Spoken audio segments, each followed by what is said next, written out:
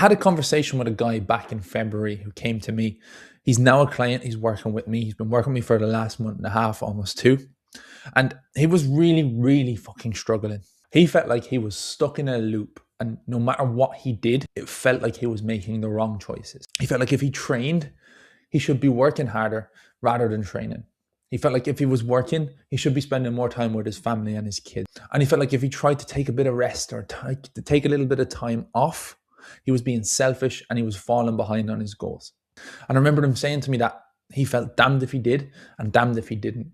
And it was a relentless feeling of pressure just sitting on his shoulders all the fucking time. This was causing a massive, massive knock-on effect to his everyday life.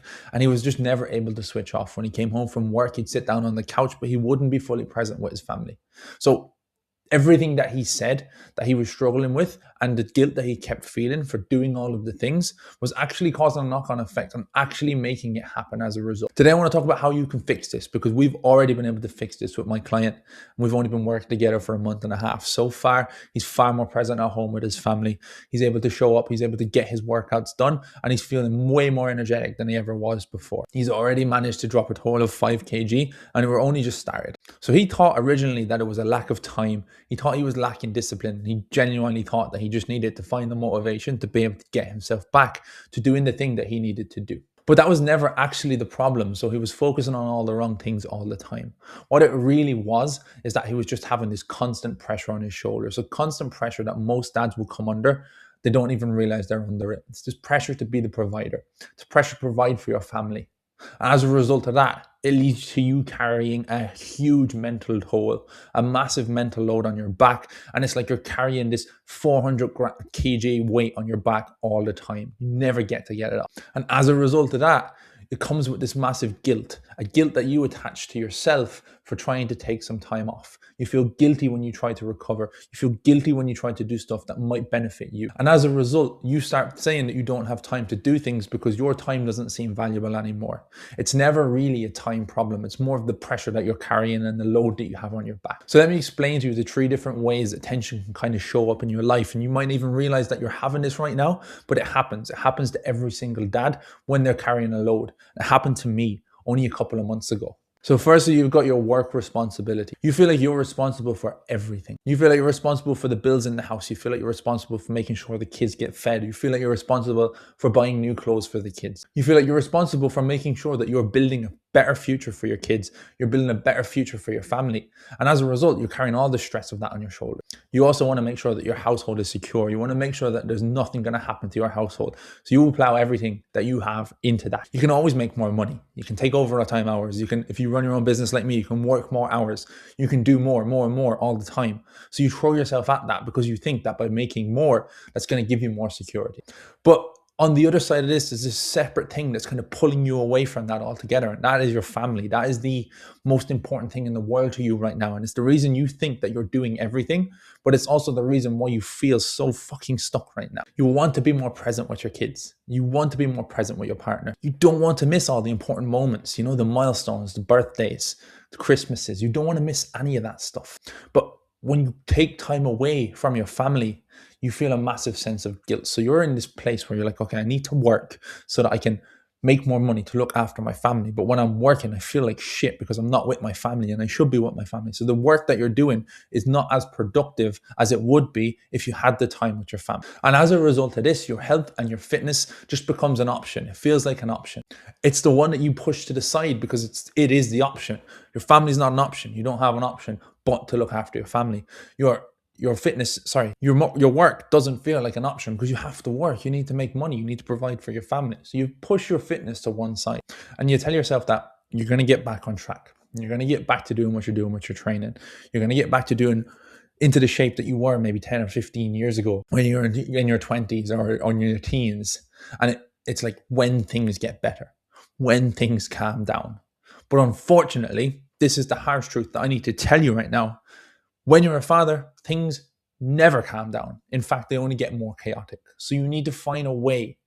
You need to find a way that you can make this work around your current life. So the reason why this was keeping my client stuck for so long, because he was just stuck in this never-ending circle, never-ending loop, like he was on a merry-go-round at the park and he just could not get off of it.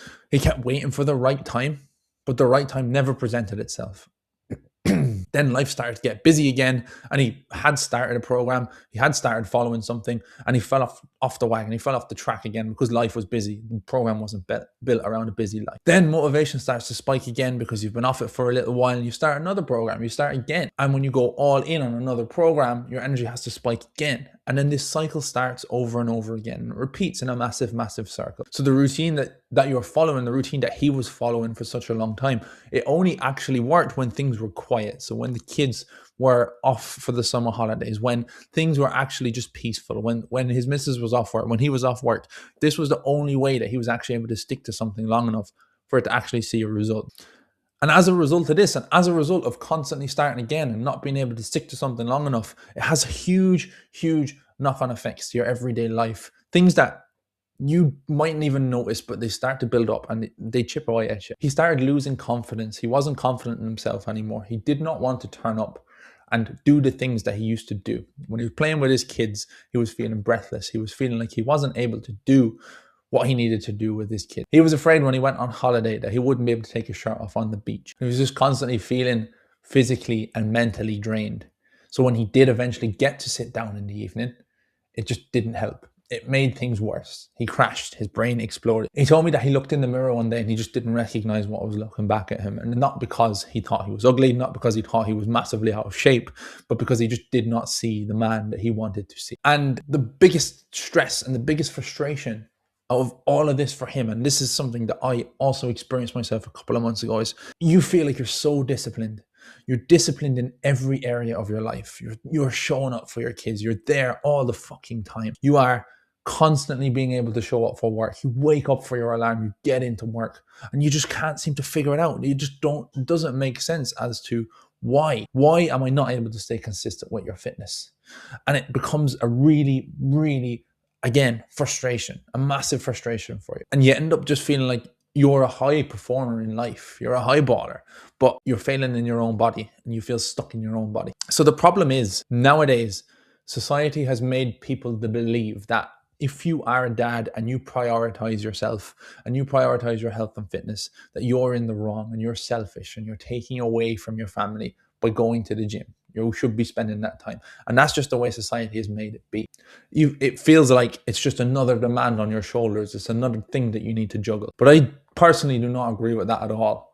There's a huge persona around embracing the dad bod now. And you've probably seen all of those fucking ridiculous documentaries where people are talking about how women prefer what the dad bod looks like or whatever. Who cares, right? There's not a flex. It is not a flex to look like a dad bod. Like genuinely, dad bod should be redesigned for someone who's fit, healthy, and in shape. Because I genuinely believe that if you can be in shape, you're going to be respected by everyone else around you, including your kids. Your kids are going to have respect for you, but they're also going to role model exactly what you're doing. And you want your kids to grow up to be exactly like you.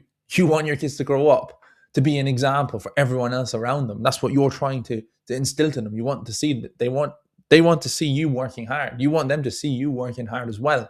The only way that's going to happen is for you to actually show up for yourself too. Because when you take your fitness seriously and you actually do look after your health and fitness, you're going to have way more energy as a result to give back to your friends, to give back to your work, to give back to your family.